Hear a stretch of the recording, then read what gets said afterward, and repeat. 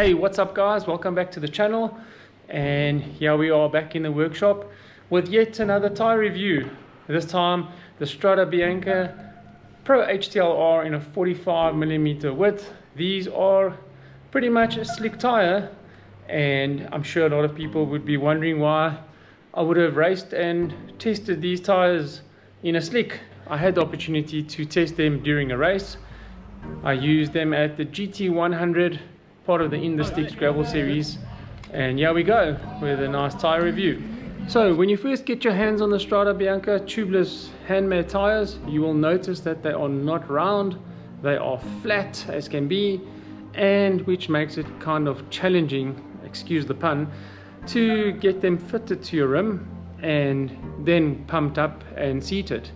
This could be challenging for the home mechanic, but here in the shop we got it pretty dialed in and use our certain techniques to get them fitted. So let's head over to the pros of these tires.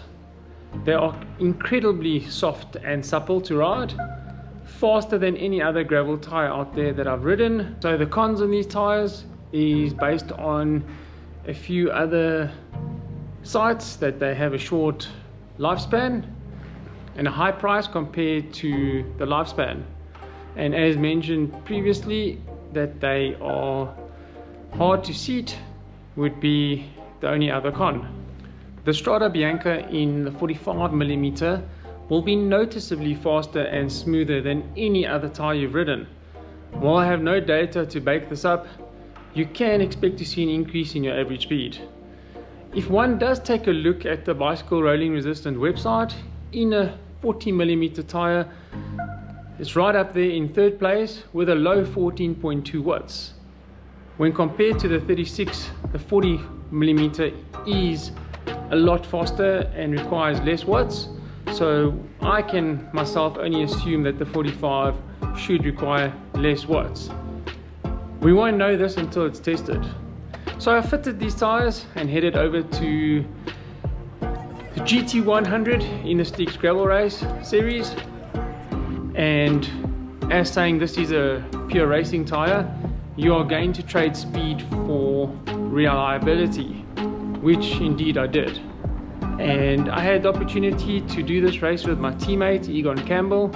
We race in the 40 to 49 veteran category, which is always competitive.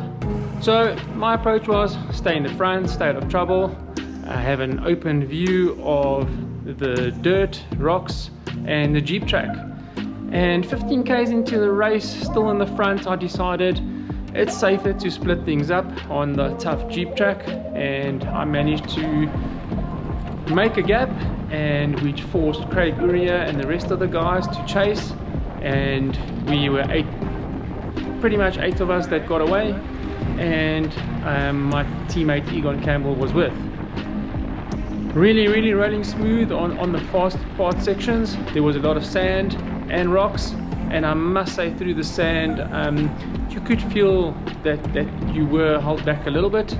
The minute it got fast again and we hit some asphalt on the tar, it was really quick. You could really feel the difference. At the 50km mark we hit the first climb, and Craig Uriah decided it was time to go. I went through some thick sand and got delayed, and there the 4-5 man split went up the road. I was left with a 50 plus SA gravel champ, and from there on, pretty much at 80 k's in, we were all by ourselves. And this was a pure test of a 2-man rolling with these tires, and I must say I really think that this was a good choice. I did however encounter a little puncture, a small thorn, and it immediately sealed up. Tire went slightly softer than what I had it, and they held up. One always knows going into a race that you're gonna have to gamble with some setup decisions, and sometimes the reward is higher than the risk, and this played out really into our advantage, using a lot of energy, making these tires work. I came in 6th place, and my teammate Egon took the win for the team, and this was really a great result for us, and our tactics paid off. So as I mentioned about the TPI, which stands for the threads per inch, these have a very high TPI of 260, which makes the tire really soft and plush, which I could feel over the bumpy corrugation sections. It really soaked up all the bumps.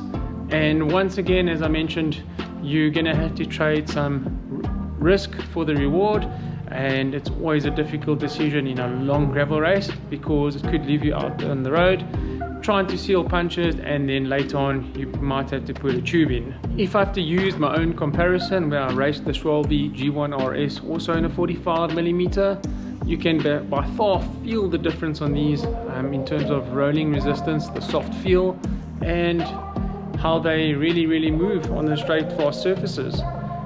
One thing that I must say, compared to the Strada G1 RS, that these are full slick, where the Strabis are kind of a semi-slick and have knobs on the side.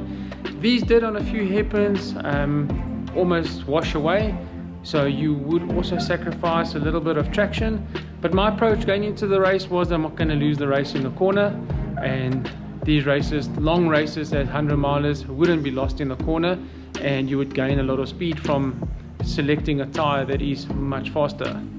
As we all know, the gravel roads in South Africa are pretty brutal, with a lot of corrugations, rocks and sand. And perhaps I can do some testing on another semi-slick tire, or one with a little bit more knobs. And there are other options in the challenge tires, like the gravel grinder or the getaway. Hopefully I can do some more testing soon. If you like this content, don't forget to give it a like and subscribe, and share it with your friends. I'll catch you on the next one.